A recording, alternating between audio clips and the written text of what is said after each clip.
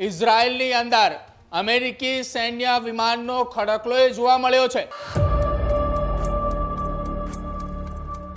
બેન ગુરિયન અને બીજું એરપોર્ટ રેમન એરપોર્ટ આ બંને ઉપર ડઝન બંધ કરતા પણ વધારે અમેરિકી સૈન્ય વિમાનો એ અત્યારે તૈનાત કરી દીધેલા છે। જે વિમાનો એ અમેરિકન એરફોર્સની અંદર લડાકુ વિમાન છે તેની સાથે સાથે રિફ્યુલિંગ માટેના જે વિમાનોનો ઉપયોગ થાય છે એ તમામ વિમાનોનો ત્યાં સૈન્યબદ્ધ એક ખડકલો અત્યારે જોવા મળી રહ્યો છે।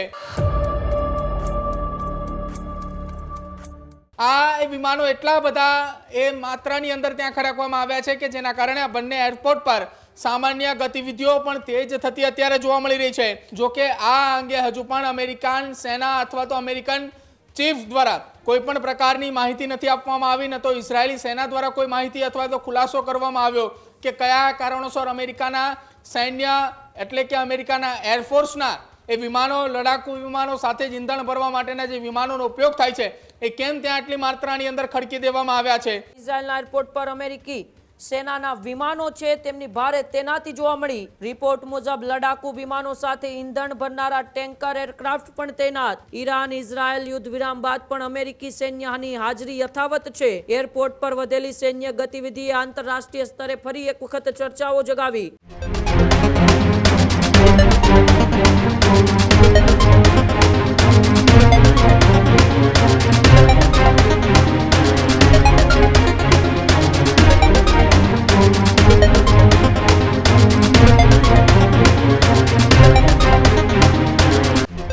ઇઝરાયેલના એરપોર્ટ ઉપર હવે અમેરિકાના વિમાની સૈન્યો છે તે તૈયાર જોવા મળ્યા છે। જ્યાં ઇઝરાયેલના એરપોર્ટ પર અમેરિકી સેનાના વિમાનો છે તેમની ભારે તૈનાતી જોવા મળી।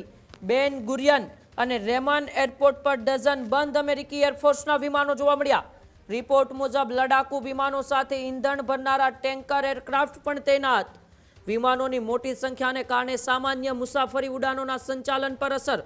ઈરાન ઇઝરાયલ યુદ્ધ વિરામ બાદ પણ અમેરિકી સૈન્યની હાજરી યથાવત છે। હાલ આ વિમાનોને પરત બોલાવવાની કોઈ સ્પષ્ટ તૈયારીઓ છે તે તૈયારી નથી દેખાઈ રહી। એરપોર્ટ પર વધેલી સૈન્ય ગતિવિધિએ આંતરરાષ્ટ્રીય સ્તરે ફરી એક વખત ચર્ચાઓ જગાવી। મધ્ય પૂર્વમાં સુરક્ષા પરિસ્થિતિને લઈને અમેરિકા હજુ પણ સતર્ક જોવા મળી રહી છે। સૈન્ય વિમાનોની સતત હાજરીથી નવા વ્યૂહાત્મક સંકેતો મળતા હોવાની ચર્ચા।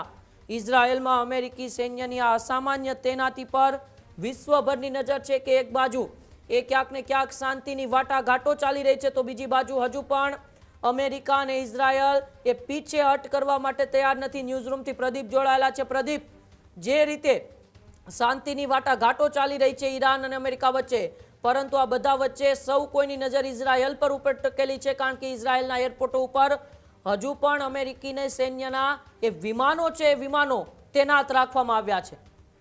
બિલકુલ ઉમંગ, આ સૌથી મહત્વપૂર્ણ સમાચાર અત્યારે સામે આવી રહ્યા છે। બે દેશોની વચ્ચે યુદ્ધની સ્થિતિ, તણાવભરી સ્થિતિ, ઈરાન અને અમેરિકા વચ્ચે જે છેલ્લા 48 કલાક કરતાં પણ વધારે સમયથી અનેક દેશોની અંદર બેઠકોનો દોર ચાલ્યો। પાકિસ્તાની વડા મુનીર સહિતના અનેક નેતાઓ, અનેક અધિકારીઓ એ ત્યાં એટલે કે ઈરાનના તહેરાનની અંદર બેઠક કરે છે। ડોનાલ્ડ ટ્રમ્પ એ વ્હાઇટ હાઉસ વોશિંગ્ટન ડીસીમાં બેઠકો કરે છે। કતારની અંદર એક પણ મહત્વપૂર્ણ બેઠક મળી। આ તમામની વચ્ચે અત્યારે જે સમાચાર સામે આવી રહ્યા છે કે ઇઝરાયલની અંદર અમેરિકી સૈન્ય વિમાનનો ખડકલો જોવા મળ્યો છે। ઇઝરાયલના બે એરપોર્ટ, જેમાંનું પહેલું છે બેન ગુરિયન અને બીજું એરપોર્ટ રેમન એરપોર્ટ, આ બંને ઉપર ડઝન બંધ કરતા પણ વધારે અમેરિકી સૈન્ય વિમાનો એ અત્યારે તૈનાત કરી દીધેલા છે। અમેરિકી એરફોર્સના તમામ વિમાનોની સાથે સાથે જે વિમાનો કે જેની અંદરથી રિફિલિંગ જે ઓઇલ સાથે જ જે વિમાનો એ અમેરિકન એરફોર્સની અંદર લડાકુ વિમાન છે તેની સાથે સાથે રિફ્યુલિંગ માટેના જે વિમાનોનો ઉપયોગ થાય છે એ તમામ વિમાનોનો ત્યાં સૈન્યબદ્ધ એક ખડકલો અત્યારે જોવા મળી રહ્યો છે।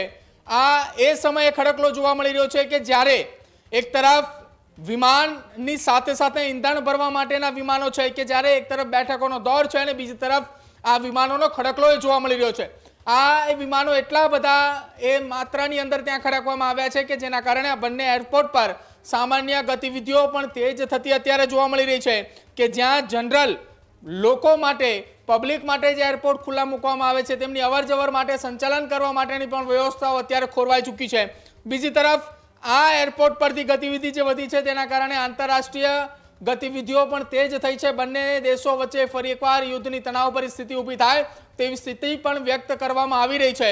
જોકે આ અંગે હજુ પણ અમેરિકન સેના અથવા તો અમેરિકન ચીફ દ્વારા કોઈ પણ પ્રકારની માહિતી નથી આપવામાં આવી, ન તો ઇઝરાયેલી સેના દ્વારા કોઈ માહિતી અથવા તો ખુલાસો કરવામાં આવ્યો કે કયા કારણોસર અમેરિકાના સૈન્ય એટલે કે અમેરિકાના એરફોર્સના એ વિમાનો, લડાકુ વિમાનો સાથે જ ઈંધણ ભરવા માટેના જે વિમાનોનો ઉપયોગ થાય છે એ કેમ ત્યાં આટલી માત્રાની અંદર ખડકી દેવામાં આવ્યા છે.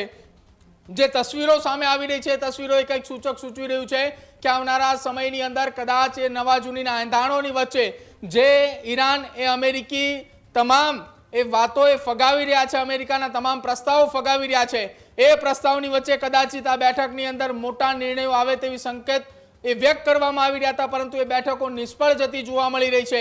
જો કે કેટલાક મીડિયા અનુસાર એવા પણ દાવા કરવામાં આવી રહ્યા છે કે અમેરિકા અને ઈરાન વચ્ચે સહમતિ નહીં થાય. અમેરિકાએ સ્ટ્રેટ ઓફ હોર્મુઝ એ સંપૂર્ણપણે નિયંત્રિત એ તમામ દેશો માટેની વાત છે, જ્યારે ઈરાને હોર્મુઝ ઉપર પોતાનું નિયંત્રણ બનાવવાની વાત છે. અને આ તમામની વચ્ચે ફરી એક વખત મહાયુદ્ધના ભીષણ ભણકારા અત્યારે દેખાઈ રહ્યા છે, કેમ કે અમેરિકાએ પોતાની તમામ તૈયારી એ ઈરાનની સામે હવે દેખાડી દીધી છે. જી બિલકુલ, આભાર પ્રદીપ અમારી સાથે જોડાવા બદલ અને માહિતી બદલ. હજુ સુધી તમે અમારી ચેનલને સબસ્ક્રાઇબ નથી કરી તો અત્યારે જ ન્યૂઝરૂમ ગુજરાતને સબસ્ક્રાઇબ કરો, ફેસબુક અને ઇન્સ્ટાગ્રામ પર ફોલો કરો.